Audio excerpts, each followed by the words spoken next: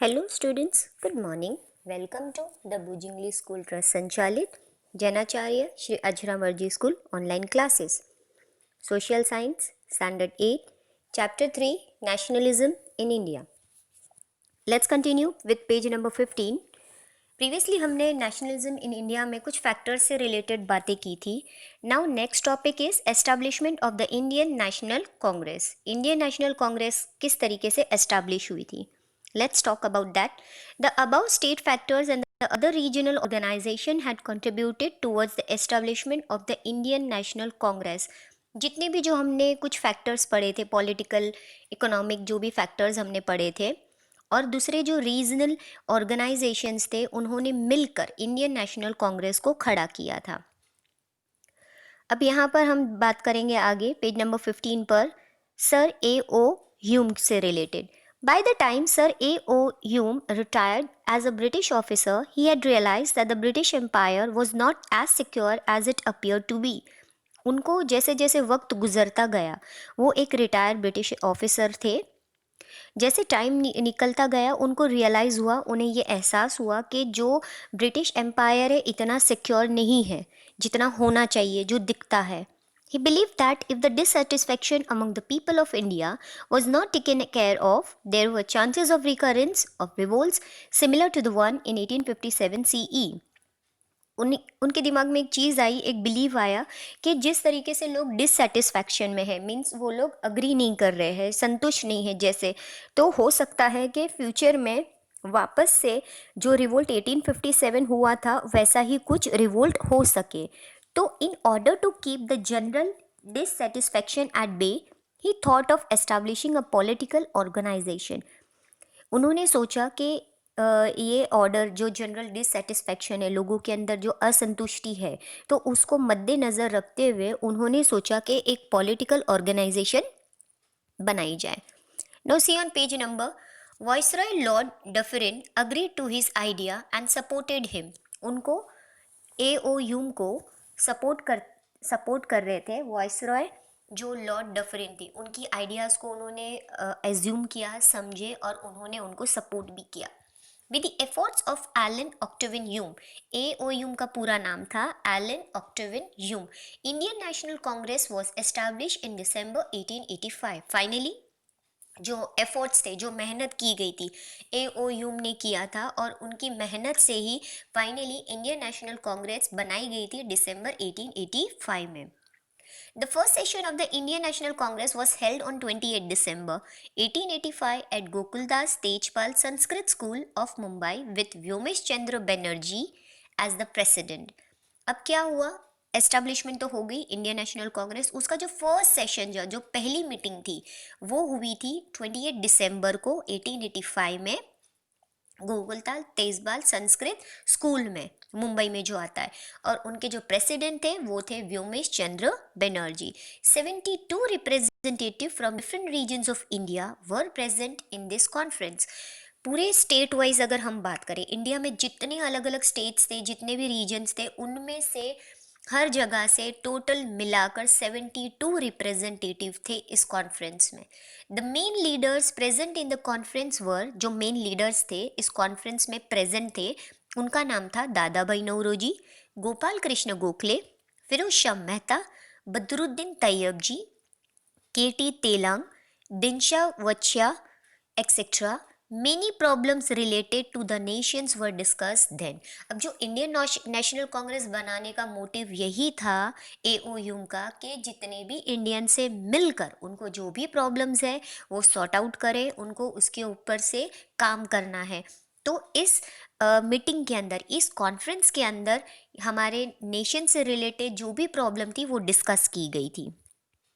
अब यहाँ पर हम देख लेते हैं, यहाँ पर नीचे थिंग्स टू नो में कुछ चीज़ें दी हुई। सेकेंड सेशन हुआ था कोलकाता में, प्रेसिडेंट थे दादा भाई नौरोजी 1886 में, और नंबर ऑफ मेंबर थे 482। अब आप देख सकते हो कि मेंबर्स किस तरीके से बढ़ गए। थर्ड सेशन हुआ था चेन्नई में, प्रेसिडेंट थे बदरुद्दीन तैयब जी 1887, मेंबर्स थे 607। Now continue with page number 17। अब हम फाइनली बात करेंगे इंडियन नेशनल कांग्रेस 1885 से लेकर 1905 तक इनिशियल स्टेट जो स्टार्टिंग स्टेज था वो कैसा था, किस चीज़ों पे काम की गई थी और किस तरीके से मोटिव लिया गया था। The initial activities of the Indian National Congress were moderate and abided by the Constitution. जो भी इनिशियल एक्टिविटीज़ कर रहे थे, जो भी काम किया जा रहा था शुरुआत में बहुत ही मॉडरेट यानी मॉडर्न तरीके से कर रहे थे और कॉन्स्टिट्यूशन को मद्देनज़र रखते हुए यानी जो लॉ है, कानून है, उनको रखते हुए, ध्यान रखते हुए काम किया जा रहा था। It including putting up demands for more political rights, economic and social growth and development of education. In fact इन लोगों ने एक प्लस पॉइंट और एक इंक्लूड किया था कि लोगों की जो डिमांड्स थी, पॉलिटिकल राइट यानी हर एक को हक मिलना चाहिए खुद के लिए लड़ने का, इकोनॉमिक और जो सोशल ग्रोथ हो रहा है लोगों का एजुकेशन से, ये सब चीज़ों की डिमांड रखी गई थी। Among other demands, inclusion of more Indians in government service, reduction of expenditure on military and other administrative department, debt relief to farmer, revival of the cottage industries, etc. were included. इसके अलावा जो demands रखी गई थी इस meeting के अंदर वो थी कि जितने भी गवर्नमेंट सर्विस थे उनमें पहले ब्रिटिशर्स थे, तो उन लोगों ने कहा कि इंडियंस को भी रखो, ज़्यादा इंडियंस होनी चाहिए। मिलिट्री पे जितना भी खर्चा किया जा रहा है, एक्सपेंडिचर खर्चा किया जा रहा है, तो उसको रिड्यूस करना, रिडक्शन करना। और दूसरे भी एडमिनिस्ट्रेटिव डिपार्टमेंट पे भी जो खर्चा किया जा रहा था मिलिट्री में भी, तो वो इंडियंस का पैसा हो रहा था, तो उस पर थोड़ी रोक लगा दी जाए। फार्मर को रिलीफ देना यानी जो वो टैक्स भर रहे थे उसको कम देना है या कोशिश करे कि उनसे ना ले। जो कॉटेज इंडस्ट्रीज है उनको रिवाइव करना यानी दोबारा से वो लोग अपनी नई से शुरुआत कर सके। तो ये कुछ पॉइंट्स थे इस मीटिंग में, इस सेशन में रखे गए थे। The British government turned down these demands. However, these demands laid down on a strong foundation for the future struggle. सभी ये जितनी भी डिमांड्स थी गवर्नमेंट ने सुनी, ध्यान में रखते हुए ये एक स्ट्रॉन्ग फाउंडेशन फ्यूचर से रिलेटेड स्ट्रगल शुरू हुआ था। The Indian National Congress passed many resolutions such as expansion of legislative council and keep at least 50% elected representative in it at the central and regional level. उसके आगे भी कुछ चीज़ें की गई थी, जैसे इंडियन नेशनल कांग्रेस में बहुत सारे रेजोल्यूशंस पास हुए थे यानी बहुत सारे बदलाव आए थे, जैसे एक्सपांशन किया जाए यानी लेजिस्लेटिव काउंसिल को थोड़ा बढ़ा दिया जाए और उसमें मिनिमम 50% मेंबर्स होने चाहिए जो सेंट्रल और रीजनल लेवल दोनों के होने चाहिए, यानी उसमें रिलीजन तो नहीं काउंट करना चाहिए, हिंदू मुस्लिम कोई भी कास्ट के लोग इसके अंदर अपॉइंट हो सकते हैं। The parliament should be more answerable and transparent to the regional assemblies. जो भी गवर्नमेंट बनाई जाए, सरकार बनाई जाए, वो पूरी आंसरेबल होनी चाहिए, यानी अगर उनसे कोई सवाल पूछा जाता है तो वो स्ट्रेट फॉरवर्ड उसका आंसर प्रॉपरली रीजनल असेंबलीज को दे सके और ट्रांसपेरेंट मतलब उसके अंदर कोई भी मिलावट नहीं होनी चाहिए बातों में। Due to the demand of the Indian National Congress, the British government granted more freedom to the press and granted more liberty, personal liberty and freedom of speech to the people of India.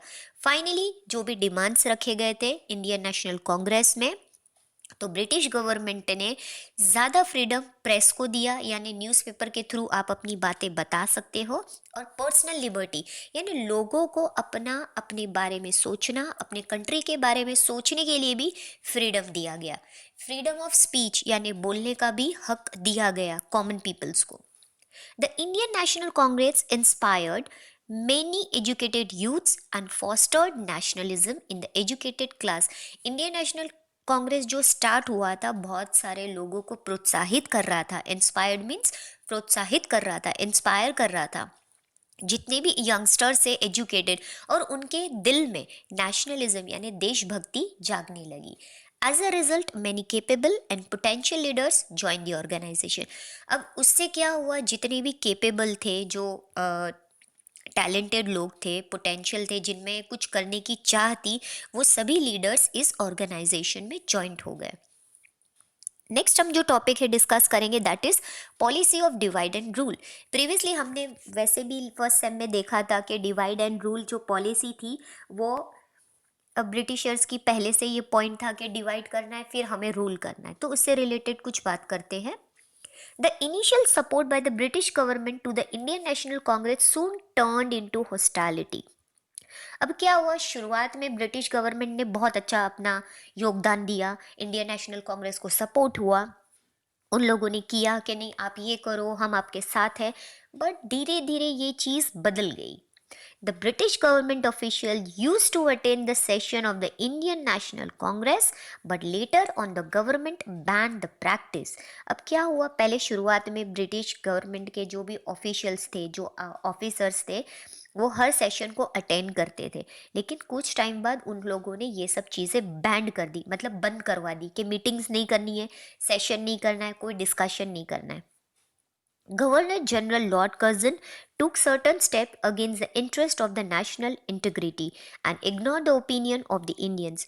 Finally general lord Curzons थे, उन लोगों ने बहुत सारे अलग steps लिए national integrity को लेके, यानी जो लोग अपने देश के लिए जो फील कर रहे थे उससे रिलेटेड जो भी वो अपनी बातें रख रहे थे, उनके ओपिनियन को इग्नोर कर रहे थे, अनदेखा कर रहे थे, अनसुना कर रहे थे। He partitioned Bengal in 1905 CE as a part of his policy of divide and rule. Finally, उन्होंने शुरुआत की थी 1905 में पार्टीशन करके बंगाल को डिवाइड और रूल पॉलिसी के through.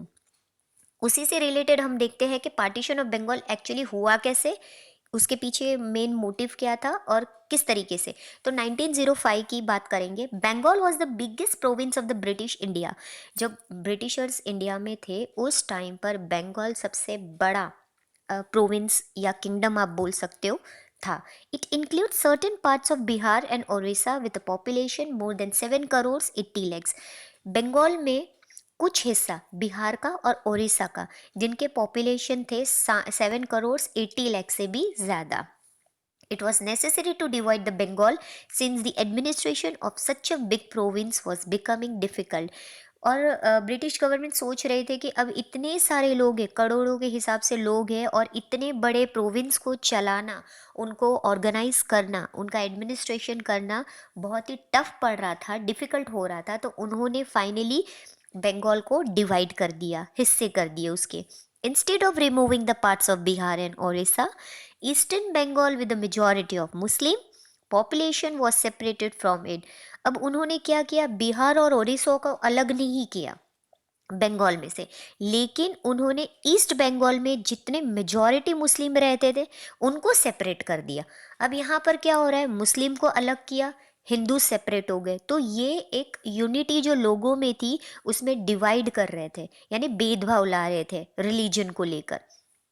Bengal was the most active province इस nationalist activities at that time. और बंगाल को डिवाइड करने का मोटिव यही था क्योंकि सबसे ज़्यादा जो लीडर्स थे बंगाल में बहुत ही एक्टिव थे, वो नेशनलिस्ट थे और अपने कंट्री के लिए लड़ रहे थे। The main intention of Lord Curzon was to promote communist difference between Hindus and Muslims by this action and thus weaken the momentum of political awakening among the people. उनका main intention क्या था, main motive उनके दिमाग में Lord Curzon के एक ही चीज़ चल रही थी कि कम्युनिस्ट डिफरेंट लाए, यानी कम्युनिटी को लेकर हिंदू और मुस्लिम को डिवाइड कर दो, आपस में लड़ा दो और इन लोगों की यूनिटी को तोड़ दो ताकि वो लोग एक साथ कोई भी काम ना कर सके। तो उनका मेन मोटिव था, इसीलिए उन्होंने ईस्ट बंगाल के मेजॉरिटी पीपल्स को, जो मुस्लिम्स थे, उनको अलग कर दिया। National leaders and the common people understood the intention behind the partition and opposed it intensively. Finally, जितने लीडर्स थे, नेशनल लीडर्स थे, और जो कॉमन पीपल जो रह रहे थे, उनको ये चीज़ समझ में आ गई कि ये लोग हमें रिलीजन को लेकर, हमारी कम्युनिटी को लेकर ज़बरदस्ती पार्टीशन कर रहे हैं और हमें आपस में लड़वाना चाहते। इसीलिए उन लोगों ने, जितने भी लीडर्स थे और जो कॉमन पीपल थे, लॉर्ड कर्जन के अगेंस्ट हो गए।